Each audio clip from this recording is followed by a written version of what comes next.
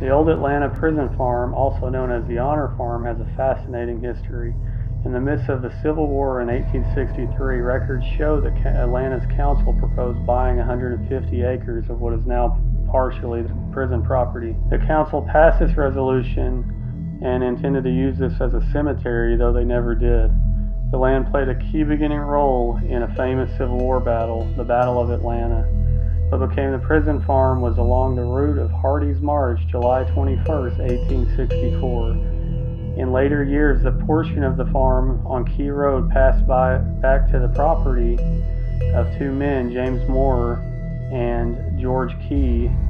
The Honor Farm began as an experiment. The first warden, Pet Fry, transformed the new farm from unkept property to use it as the Honor Farm for felons convicted of minor crimes. Honor Farm was so named because there were no guards with firearms or bars or fences to keep prisoners from fleeing.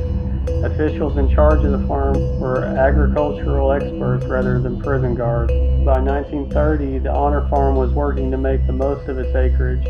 They had cultivated 799 units of the acreage and provided vegetables and milk for themselves and for those in the main penitentiary. The Honor Farm saw its heyday during the 1950s, after which time its history becomes murky. General Services Administration closed the farm by 1965. Today, the Atlanta prison farm now lays in ruin and is mostly visited by photographers and urban explorers. And even ghost hunters. You know, some people say that they think it's haunted. Come join Adventures United as we go off the beaten path and check out the Atlanta prison farm.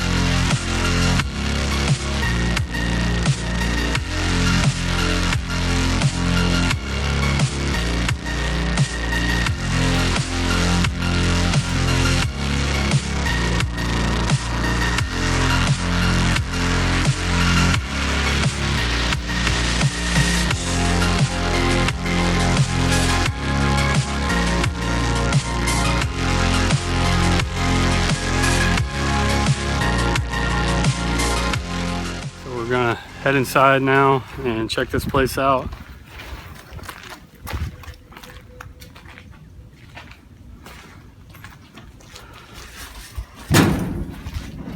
Oh, it's got like the old cells.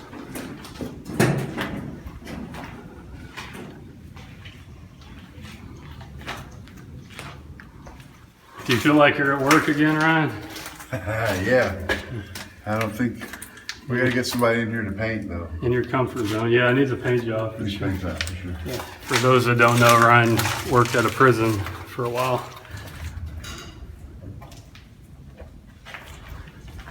Here, but there's a lot of graffiti here. Yes, What kind of jail, bro? welcome to my office, in this beautiful Atlanta prison farm. We have, as of right now, 0 inmates and a buttload of graffiti.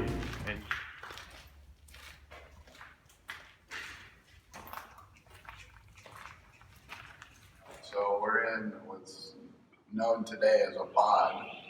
I don't know if it would be the same from when this place was operational. What's left of a bunk here against the wall, those would be on both sides of the walls to accommodate for inmates, and then the tabletop across, and those would be through the middle of the pod so that they could sit and write and play cards or do whatever they were doing while they were here.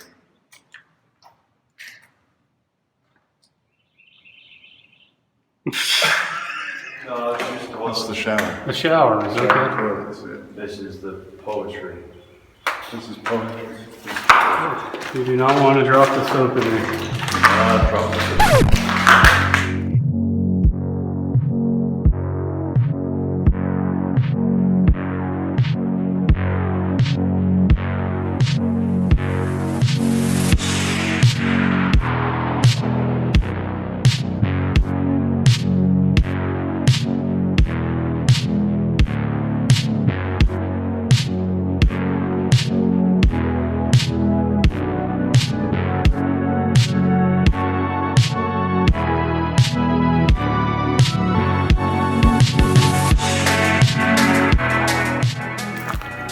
From other articles I'd seen about it, it didn't look that big, but we're making a day out of it.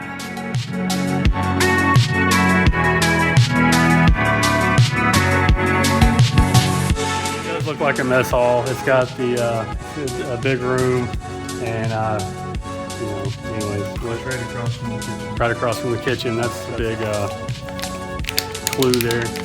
Like over here we got old washers or dryers there.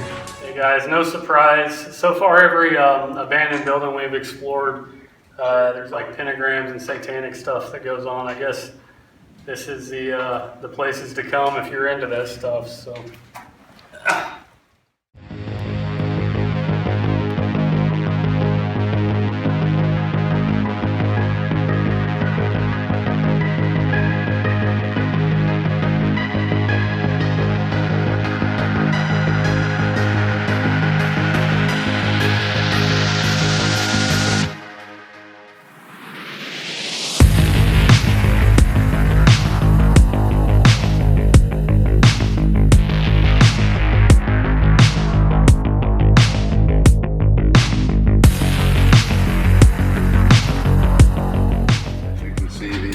Doors up top here, they were electronics. They would open and shut only by control. And here we've got a lock mechanism where you'd stick in a big key and you turn it, and what it would do is enable this flap here to open so that you could slide the food tray in for the inmate and then shut it back. So behind me you can see these prison doors, and Ryan was telling me this is a solitary confinement. They're very small rooms, maybe 10 by 5, I guess, if not smaller. But as you can see, it's got a little bed in there, table to write on, small windows, and the toilet would have been right there. That's where the plumbing is.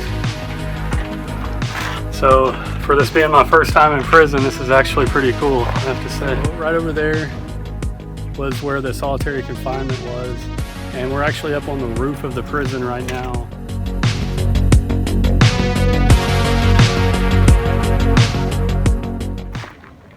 Looks like this was probably a wreck yard. That's the remnants of a weight machine. Well, tell them to get you in shape. But AU workout, pump you up.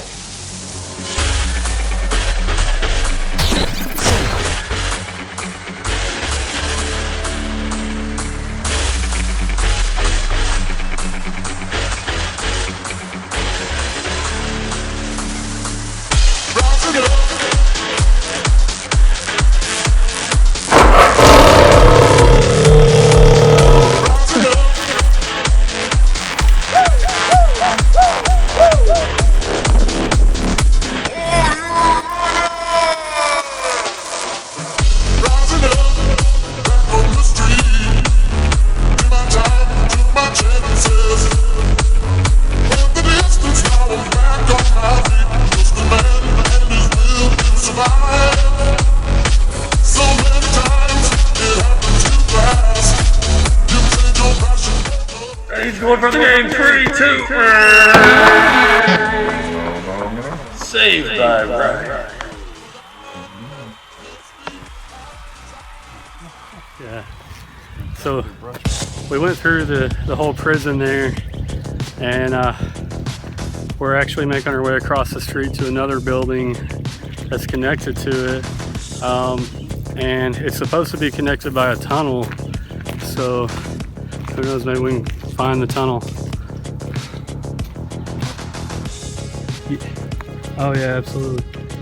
Yeah, that's a long drop, ain't it?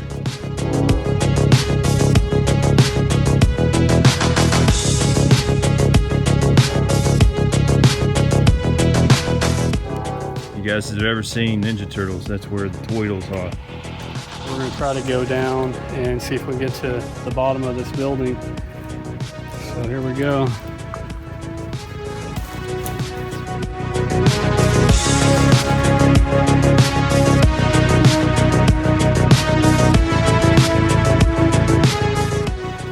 Throwing their tires here.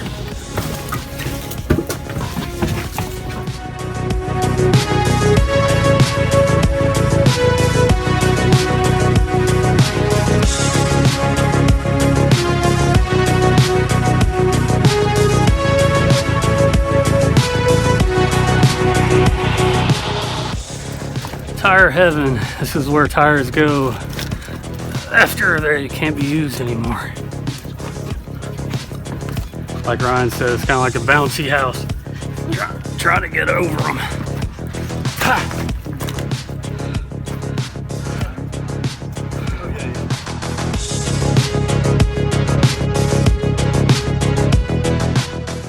All right.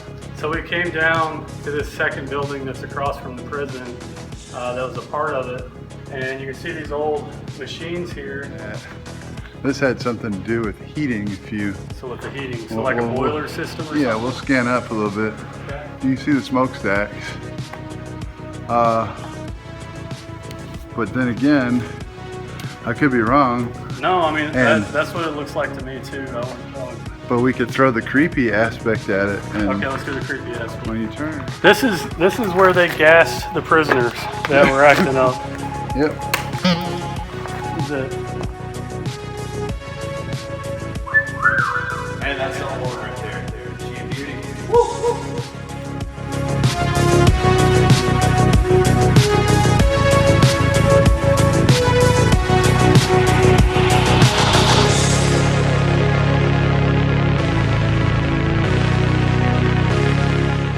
So I'm in this room. It looks like it has a slant to it. I have no idea what it's connected to or what it was used for. But it's a very interesting room inside the prison. It's a mystery. The connection to the pyramid and the prisons.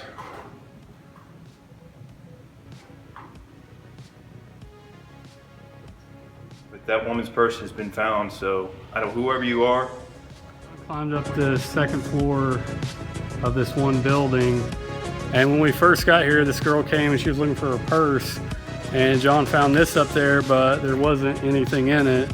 So I'm guessing where she left it, someone probably took everything out and then threw the purse down the hole. So, you know, if for some reason you're watching this video, your purse is in that boiler machine.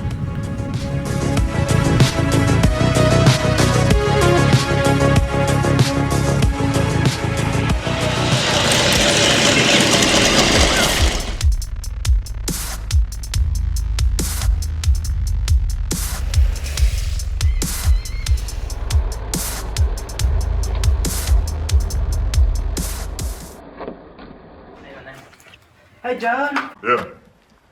It's up in my office. All right. Let me give you $1 million.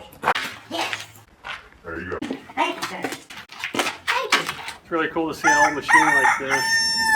And I guess they had a pulley of some kind that ran to an engine. Nathan, you're getting dumber and dumber. So Ryan was trying to warn us. He's always giving us these warnings, and I love it because a lot of times we go and do stupid stuff that we probably shouldn't do, but we ended up, he was telling us don't go over here where it's crumbling, and we ended up going through it a while ago, but just now we heard a loud bang and crash, and here part of the roof is falling even more. So Ryan the Wise, talk about it.